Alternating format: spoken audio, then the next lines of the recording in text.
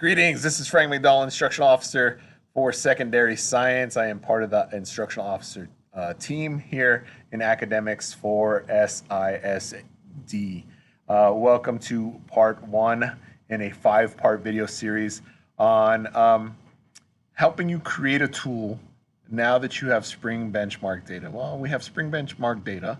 What are we going to do with it? Well, this year is a first for SISD because our fall benchmark or our beginning of the year assessment that we took in August and in October, they match our spring benchmark exactly. We are literally comparing apples to apples, and hopefully this report that I show you will allow you to see something very important, which is student growth. And we want to make sure that we are aware of that growth. In this video series, I will show you how to create the report here in Eduphoria. We'll export it to Excel. We'll work a little Excel magic. And then I will give you examples of how you could use it on your campus or in your classroom. So we are here on Eduphoria already, so let's get started. Just a reminder that your view may be slightly different from my view, and remember the views can vary from instructional officer or district employee to to administration to Sky Coach to teacher. So this is the way my version looks. I am on the Analyze tab, and that's where we want to be. I'm going to click on Quick Views, and we are going to, during these pauses, during these Eduphoria pauses, I'm going to share a couple of ideas about this report that we are creating. So I've clicked on district benchmarks, and I've scrolled down to 2020, 2021, and of course, I'm going to click on 8th grade, and we are going to look at science because I like to do science things. I'm going to click on our spring benchmark there. So this is what it looks like on my side. This is my view, but I'm gonna look for a particular campus, and Desert Wind was the first campus to have their testing done. So I'm gonna go there. So we have a full load of spring benchmark data. So this is what it would look like if you were on the campus, and we are going to use the student score report because what we want to look at, we want to be able to look at the raw score. We want to look at the percent score, the approaches, meets, and masters. Now remember that the number of questions on the benchmarks match the STAR assessments. So the raw score can help us kind of set some goals for the kids. We want to see where they're at as far as approaches, meets, and masters. So the idea of always being in search of the 3 yeses or as many yeses as you can have across here is in place. So let's take a look. This is only the first part of it. So what we're going to do is we need to edit some things. So I'm going to go to the edit button, and I'm going to click here. This tool is, when combined with several different things, can help you start to target intervention going into the last 9 weeks or into the testing portion of the year. This report is going to help to identify the who. We're looking for which kids we want to provide some support with. So here we are. This is the edit area of the report. So I have 3 tabs that I'm working with: tests, columns, and summarize. I'm going to start here on the tests because this is where we are. You can see that we already have selected the spring benchmark test. But here we have access to all the other tests that are available in Eduphoria. So I am going to go to the district benchmarks again. I'm going to click on the plus sign, and I'm going to go down to 2020, 2021. I'm going to click there, and I'm going to go to 8th grade. And under 8th grade, I can see that we have our benchmarks that have been created. So I am looking for the fall science benchmark, 8th grade, and I'm going to click and drag that over here. So now I'm looking at 2 tests. We do want to compare 2 different tests, and now I have 2 tests here. But this is benchmark. Now, not everybody took a fall benchmark. Some content areas, namely reading and math, they took a BOY. So when we click here, we can see that this is the area where the BOY tests have been stored.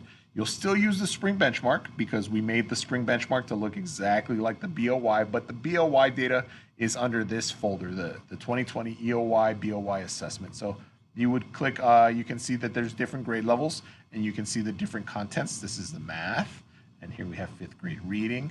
So whichever area you are interested in as a Sky Coach, or if you're at the elementary level, or if you're at the secondary level, you can pull your information from there. One last thing before we leave this tab. I don't know if this is the OCD in me, but as these our reports are in order from here at the top being the spring benchmark and below it the fall benchmark, that is the order that they will come out from left to right on the report. Maybe it's just me, but I want to see our older data first and our newer data second. So I just clicked the spring benchmark and I dragged it below the fall benchmark and it reordered them. So now I'll see the fall benchmark first on the report, and then as I scroll from left to right, I will see the spring benchmark just the way I like it. That is it for the test column. So I am going to move on to the test tab. I'm going to move on to the columns tab. In the columns tab, this is the data that we're going to see in the report. So we do want to see the raw score. We do want to see the percent score. We want to see approaches, meets, and masters. And then we have date taken and testing campus. So I'm just going to leave that there for right now. We could take it out if we want to take it out, but I'm just going to leave it. Finally, onto the final tab is the summarize tab. And the summarize tab has our subpopulations. There are 4 that are already like a default. I'm going to take out 2 of them. I'm going to take out the ethnicity, and I'm going to take out the economic disadvantage. You guys can leave them in there if you'd like. You can pull other areas. You have different things that you could plug into there. I'm going to leave that there,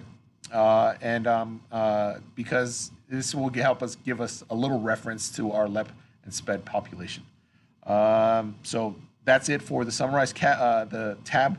I did forget something on the columns tab, so we're going to go back. Here we are back on the columns tab. There's 2 things I'm going to add. I'm going to add current instructor, so that will give us the teacher. And I'm going to add the current period. At the secondary level, it can be, or even at the elementary, if you're a Sky Coach and you're pulling information for you have 4 teachers in your 5th grade area, you would want to include the instructor, and that way you can, once you have all the data, you can filter by the instructor. And at the next level, at the secondary level, not only can you filter by instructor, but you can filter by the class period, which makes the data a little bit more digestible, I guess, in a sense. Sometimes as a secondary teacher, when you have 150, 200 students, and you look at that data, it can become very overwhelming. One of the ways to make it a little bit more accessible, or at least to go into your brain, is if you break it down by class period. So looking at 7 different class loads of kids and starting to formulate plans and ideas and know who's where and who grew and didn't grow is a little bit easier to do that in those smaller chunks than in a big list of 200 kids. So make sure that you include those so you can, later on, we can filter in Excel. So I am gonna, that's it. I'm gonna click on summarize one more time. I've already taken care of that, and I am going to update. I'm gonna click on the update, and there we have it. You can see the report has been generated. Here are some of the features. You can see that our SPED and our LEP populations are indicated there. You can see our raw percent, approaches, meets, and masters are there, the date taken. And then you can also see our current instructor and our current period. So that is our fall benchmark. And as I scroll from left to right, you can see that we have our spring benchmark. There are some areas where you may have some missing data here. In this case, that would mean that this student did not take the fall benchmark for whatever reason. Maybe they transferred in late. And you can see the same thing here on the spring benchmark. Maybe the student is absent. Maybe the student has since left the campus. So those would be your explanations for those blank areas. Now, that brings this video to an end. In the next video, we will export this report to Excel and start to do a little bit of doctoring to make the information a little bit more accessible for us. So thanks for watching. Bye.